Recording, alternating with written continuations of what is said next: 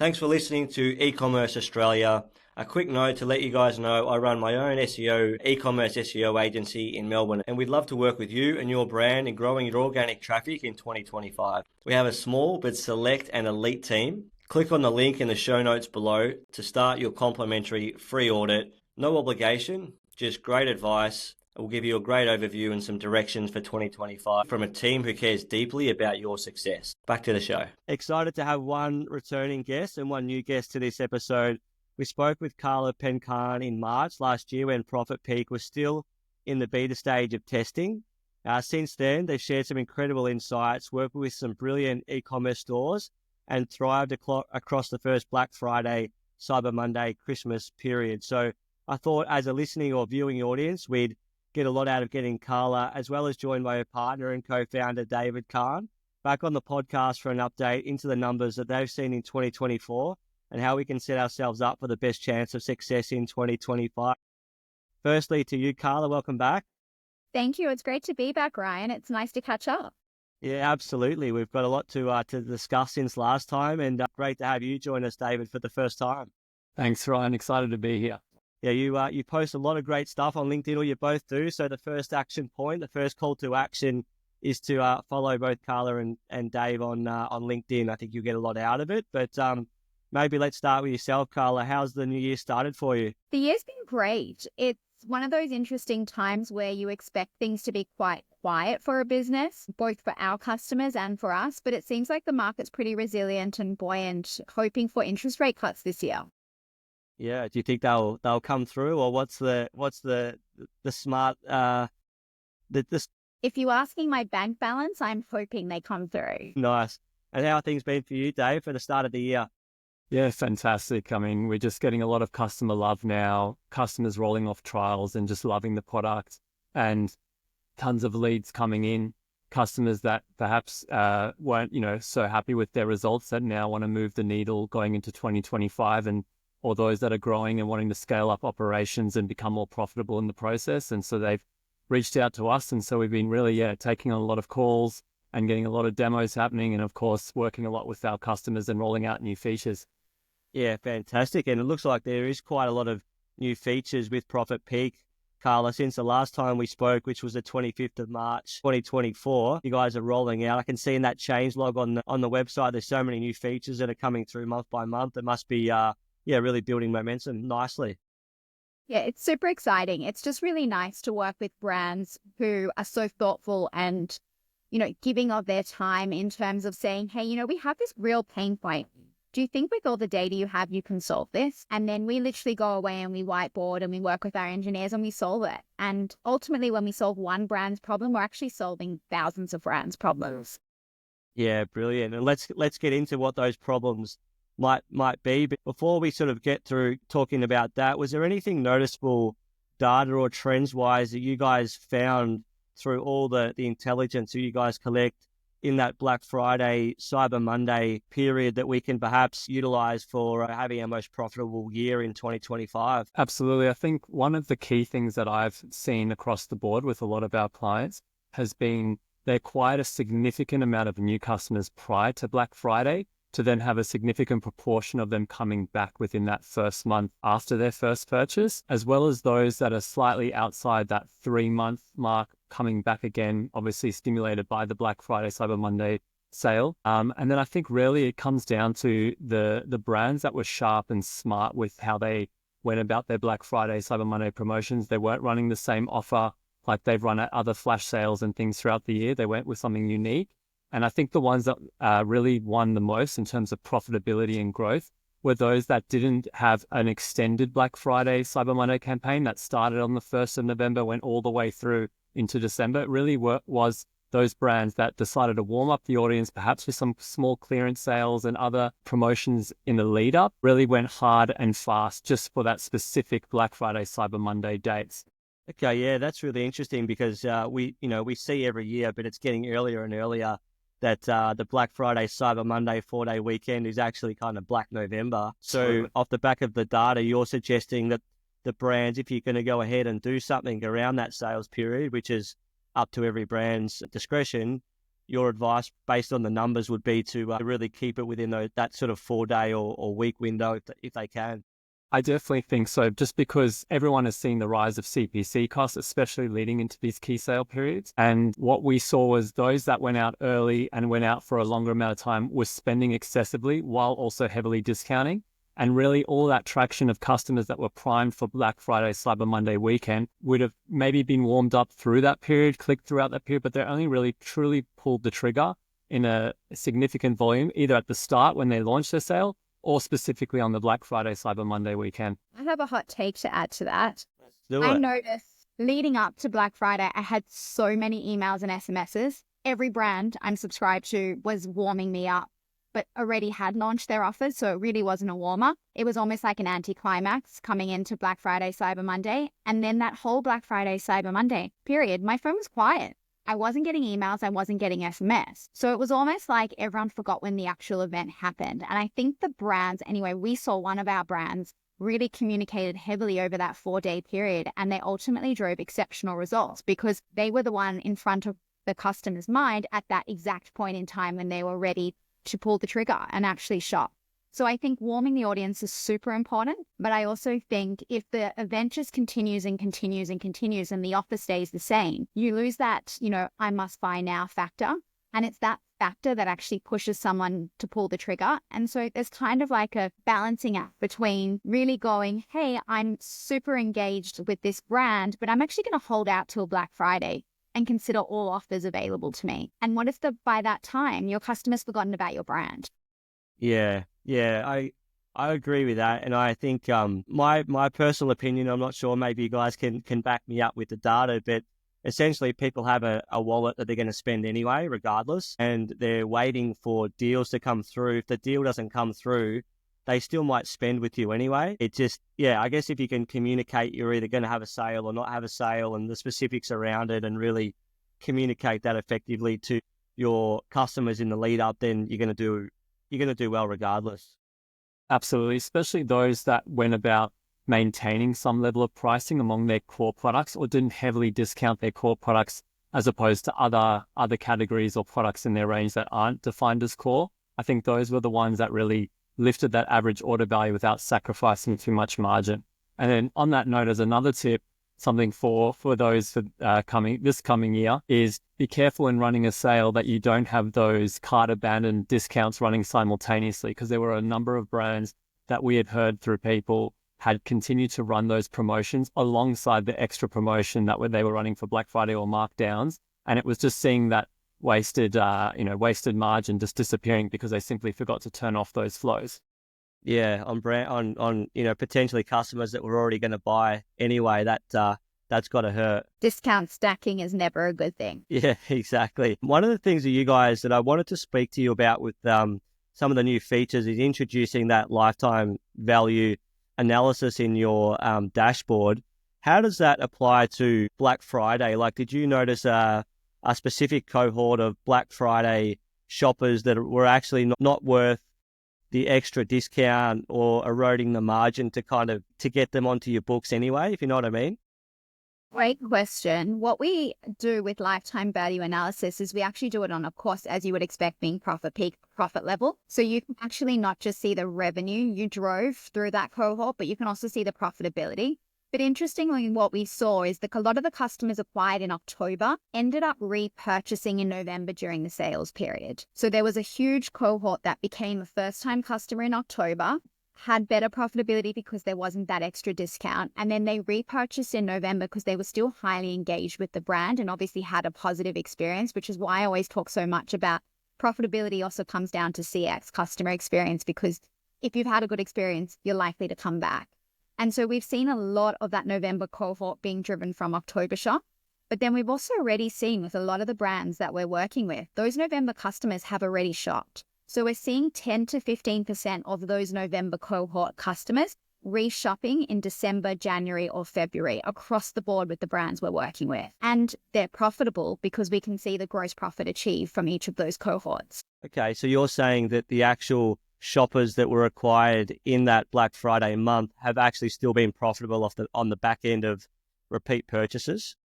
They have, yes. The ones who have the right product, right? So not every product is repeat purchasable friendly. If you're buying electronics, for example, you're unlikely going to get a repeat purchase within the next 5 years, potentially. But if you're selling jewelry or you're selling sneakers or fashion, if your customer gets a great experience in November, they're likely to still shop in December and January because that's a product they're still wanting to consume and they've still got events rolling out over the next couple of months.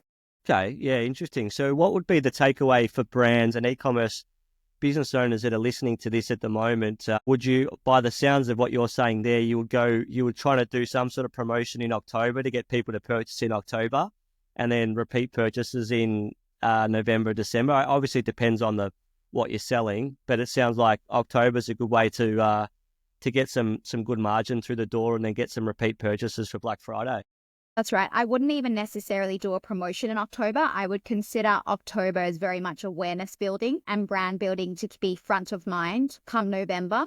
And if the customers happen to purchase in that cohort, you are quite likely to see them purchase again the following month.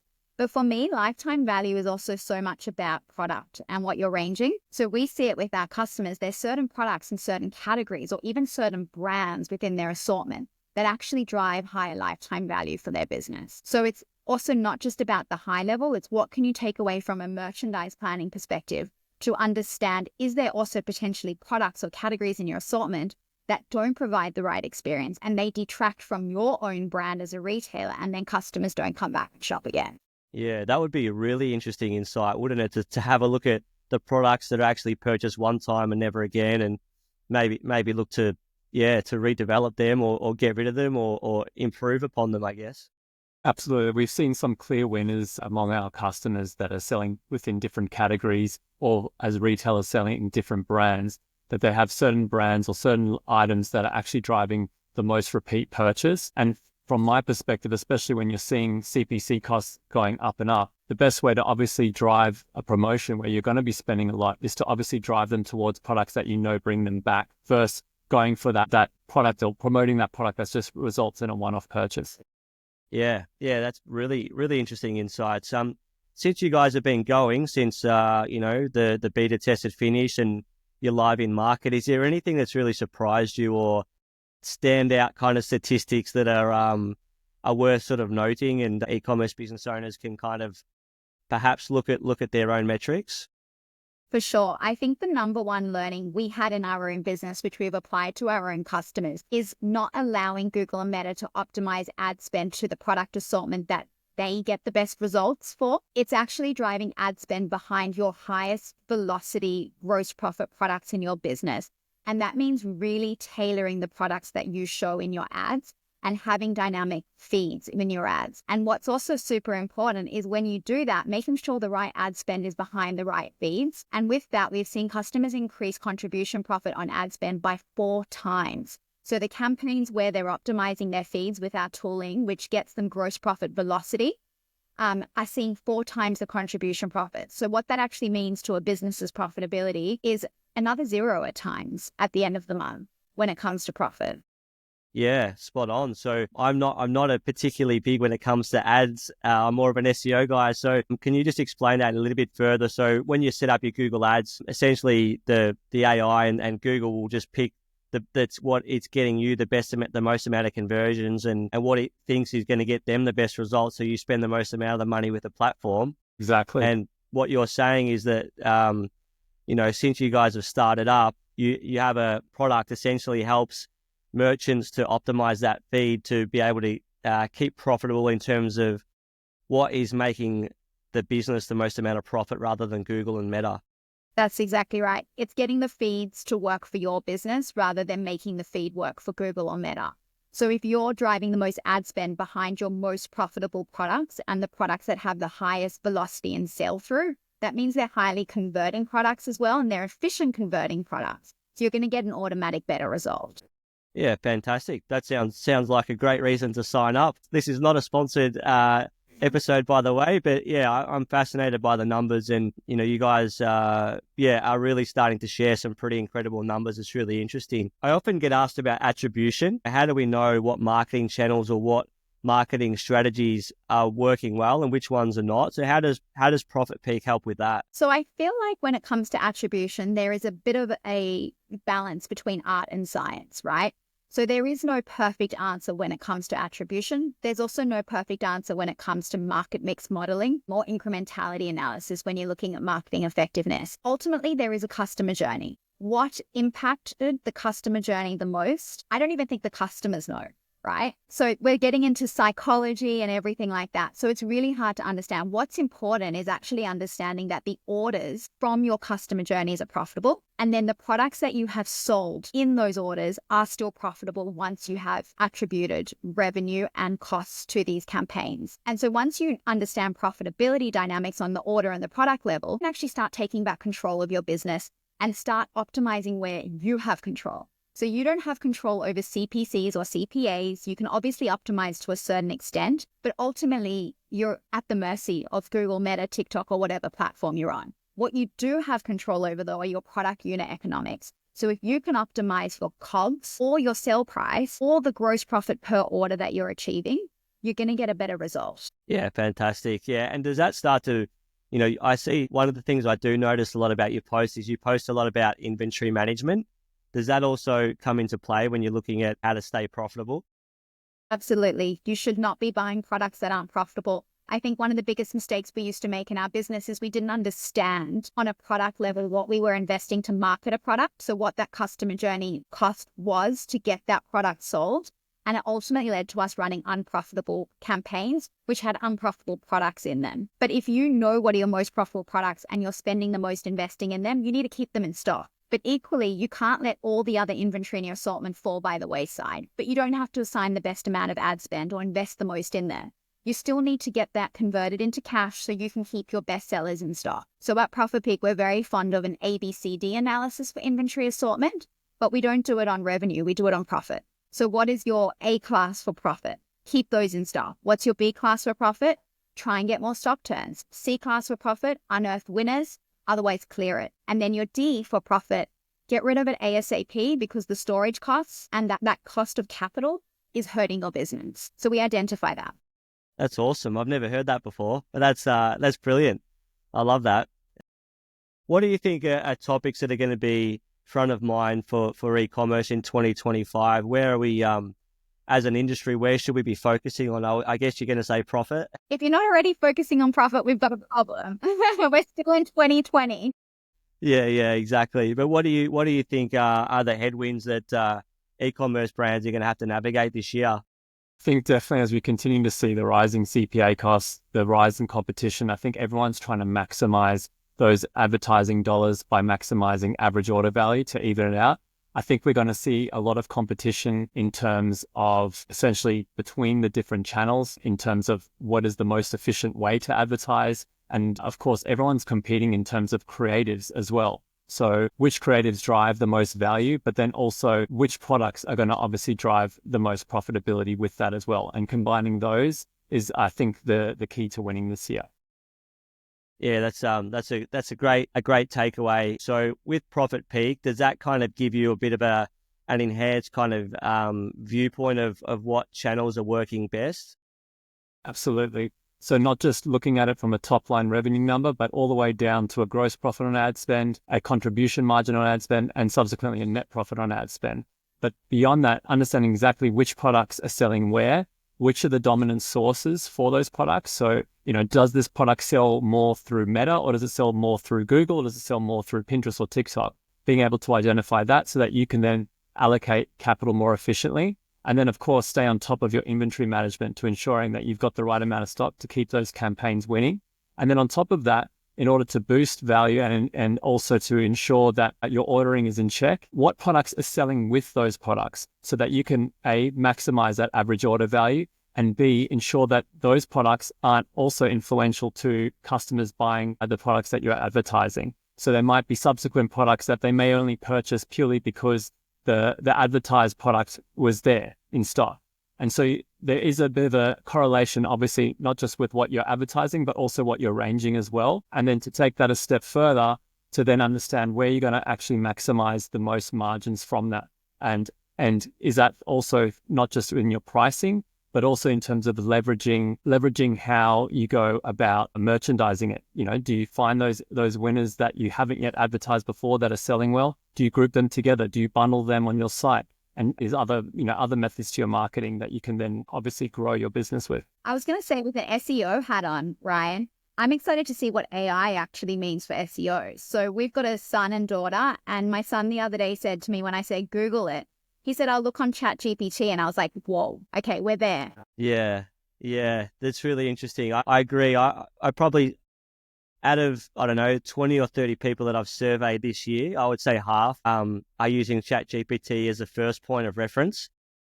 And that's really interesting because, yeah, you can't run ads on ChatGPT. Content is getting pulled through quite well. So I was actually looking for some information on Ringers Western the other day, and I ChatGPT, get me the information on the founders of Ringers Western, and it brought up my own YouTube video of the podcast episode. So I was quite chuffed with that. Awesome. But I think, so content's going to have a huge role to play in ChatGPT as being used as a search engine. There was actually the Blue Sense Digital guys, Nathan Pergio, put a comment, a LinkedIn post the other day, just asking if there was any LLM SEO agencies. Have you guys come across any that you're aware of yet? I haven't, but I do know of some companies that are obviously using LLMs and AI to build out better SEO content, but no one's specifically optimizing in that space. And I'm sure it'll be a trend to come. I think so, yeah. I think in 12 months' time, there'll be LLM SEO agencies all around the place. I think we're a bit early yet. It still feels a bit snake oil sales to me personally to prove that yet, but I know that there's plenty of black hat tactics going on with brands creating 100 custom chat GPTs and trying to feed it as much as they can. So we'll see if that works or not. But yeah, it's definitely a shifting marketplace. But I think, content is really going to be a huge focus for brands in 2025. But it's moving pretty quick all of a sudden, isn't it? Sure is. I mean, our own AI team can't keep up with all the developments. They keep saying they live by the day in terms of how they're building because everything's moving so quickly. But I think you're right also on that content standpoint. I think a huge thing for 2025 is also around brand and building brand value. Content obviously helps really be engaging as a brand with your audience.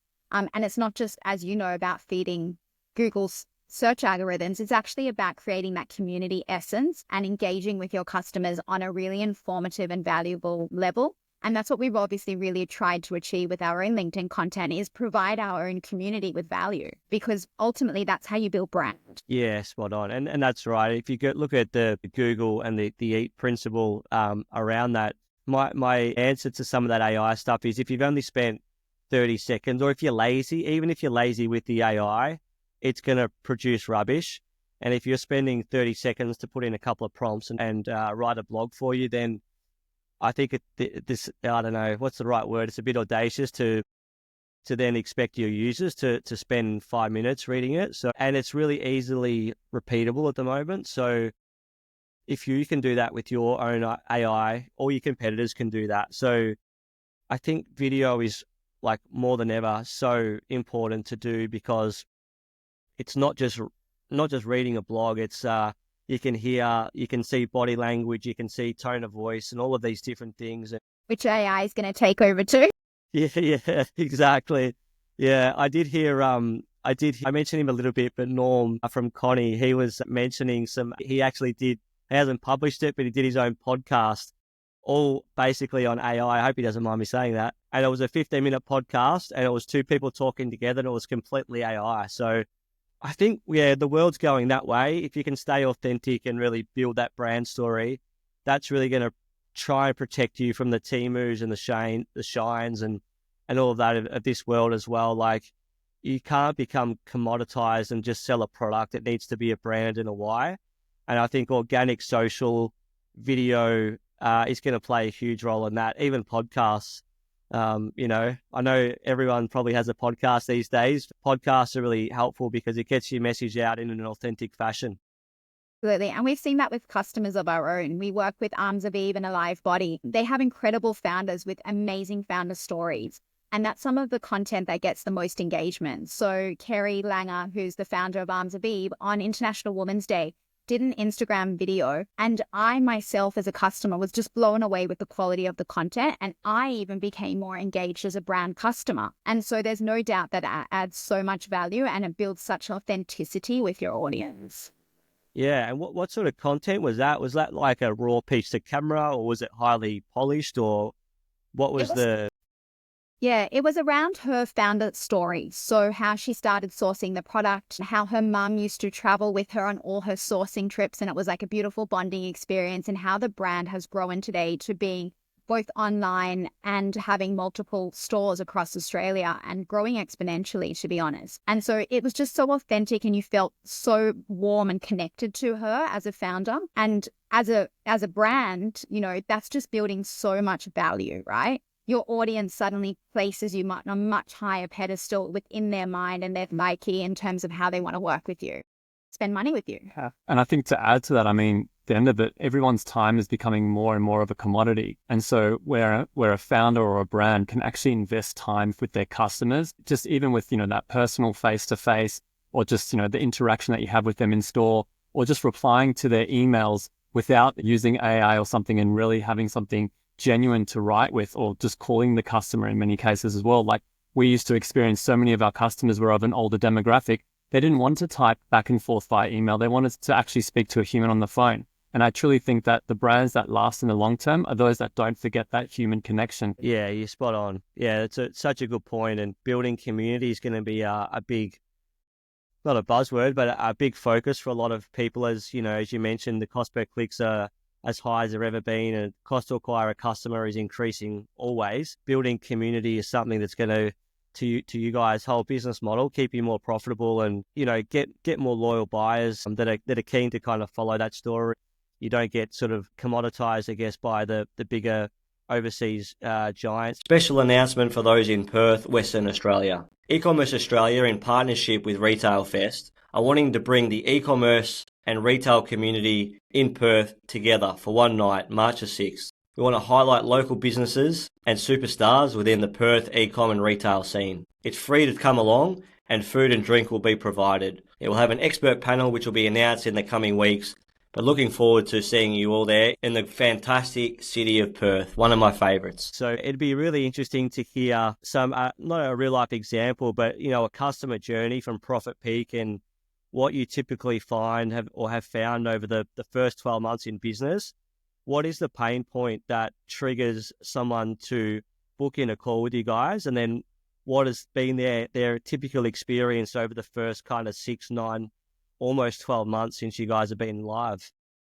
The products change so much. So obviously what we gave to our customers 12 months ago is so different to what we do today. And we've also learned so much, even though we learned a fortune in our own business.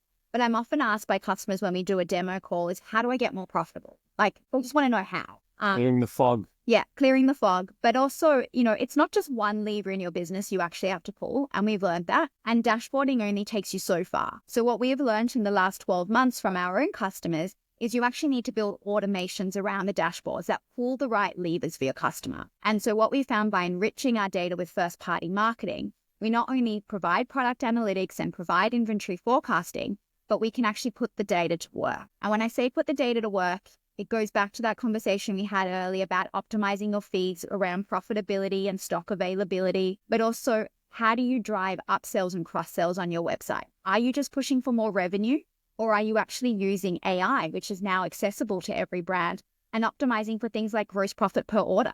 Because not all revenue is equal. So sometimes you can get more revenue, but you actually don't get more profit banked. And also when it's a sale, you really want to be moving old aging inventory. So how can you optimize your upsells and cross sales on your hero products to get you moving through all that aging inventory? So that's something else that we've been helping our customers a lot with, and it's all automated. And then on the other side, it's how do we bring down that cost that we're investing in ads? How do we spend less in the ads channel on returning customers and really focus on new customers? So we help our customers understand which campaigns are driving new versus returning customers and customer journeys. but then also sending all that first-party marketing data back into Klaviyo and identifying more of your browsing shoppers so that they can come back through your email flows, not through your ads. All that working together, keeping your inventory in stock, not overstocking on inventory, getting ad spend behind the right products, being more capital efficient with how you move through your inventory, banking more dollars with your upsells and cross-sells, and then driving more returning revenue and profit through your emails. Ultimately, you've created a much more profitable business. And that's what all the brands we're working with are seeing. It's not just one thing, it's the whole engine working together. And getting the answers quickly. So something that we discovered very early on in the beta was for some of our customers, they were depending on external resources like performance agencies to help them understand the results of their business and drive the results. And as well as having team members move on from within the company, or having teams that have offices in different locations, they weren't all connected and they weren't all humming together. So Profit Peak provided that centralized truth, but then it would depend on, say, one person or one type of user to be able to read through that data and then actually draw insights. And we realized very quickly on that in our process of trying to learn and build the product, we essentially became these quasi-performance managers, which was a huge amount of our time rather than focusing heavily on the product to drive results. And so what we created was the action zone, which enables our brands to basically collaborate together as a team. And it doesn't matter if that person's on leave, they've gone away just before Black Friday, or they're just going away after Black Friday before the Christmas rush. Basically, anyone in the team can get answers and help drive strategy collectively, whether it's what ads are converting through a single click, being able to present that. And then that can be passed on to, say, the external agency on where they should be adding more budgets, or whether it's what are the products or brands that are driving the most profitability. Well, there's something that then you can hand off to either the ad manager as well to focus on which products or campaigns driving the most profitability, but also to the inventory management team so that they know what products they should be stocking more of, not just from a buy price, sell price with a GP, but also from a contribution margin perspective, once you factor in the variable costs like ad spend and shipping costs and, of course, merchant fees and the like. Yeah, nice. And so before your product existed, like, how did they get all that information? Was it just all manual and spreadsheets and kind of all over the place, and now they've just got it into one really nice dashboard? I did a customer demo literally just before the podcast, and the lovely couple who actually reminded me of Dave and I running their business said, this isn't a question of something we want. Can we onboard today? And I said, no, it can't be today. I've got a podcast. I can tomorrow though, because it's not a want to get access to this data in one place for the first time. It's a need. So they're scaling their business. They said they're growing week on week, never mind month on month. And as they invest more in inventory and invest more in ads, they can't take risks as a couple starting out their e-com journey without getting access to this data and out having this data put to work automatically for them, because they're a small team. Especially when they've got to, buy stock 6, 12, even sometimes 18 months ahead, especially when they're in fashion, right? Yeah, exactly. So like, who's the perfect customer for you guys? Do they have to, I can imagine if they've just got a single product, it's perhaps not the right fit, but if they've got a whole heap of SKUs, a whole heap of different brands that they stock, like, what's the ideal perfect customer that will get the most out of Profit Peak? I would start with saying that the ideal customer is heavily invested in inventory, right? They're heavily invested in product. They may not stock a lot of different brands, but they may have different categories, or they're dealing with a lot of different sizes. We see jewelry brands, footwear brands, fashion brands finding a lot of value from the product that we've produced.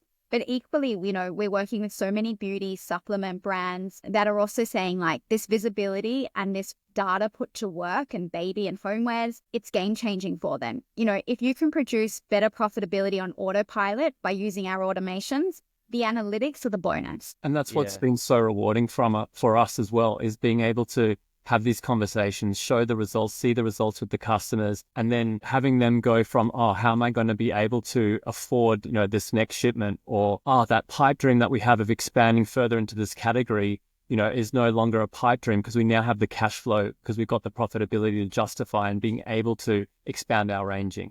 Yeah, that's some great takeaways there. I've got two more questions before we go. What does that initial call look like for someone who's on the fence? They're not sure, they're thinking yes or no. They're probably also thinking, how much does it cost? Can you answer those two questions as best you can in terms of, let's start with, what does that initial kind of demo call look like for them?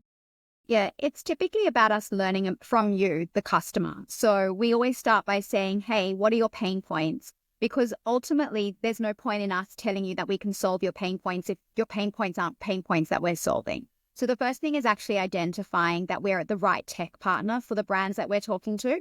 And once we've identified it, we just hone in for the next 15 minutes on how the product solves those particular problems. And typically by the end of the conversation, it's, okay, so what's the next step? And it's, well, you can have a 30-day proof of concept. And during that 30-day proof of concept, you just have a call at 2 weeks and at 4 weeks with either Dave or I or our customer success team. And we help you unlock the value. We help you set up the automation. So the onus is on us for you to get value before you even start paying. And we feel for the product that we've built, the entry price point and all the pricings on our website at $599 a month in Australian dollars with no lock-in contracts is really, really fair, especially because you've had that proof of concept time. So by the time you start paying, you know that that $599 or more if you're a bigger business, that investment has already been paid 1 month in advance. Yeah, fantastic. And they get access to you and your team and your experience as well to really understand that data, which is kind of one of the biggest things I see from small to medium-sized businesses is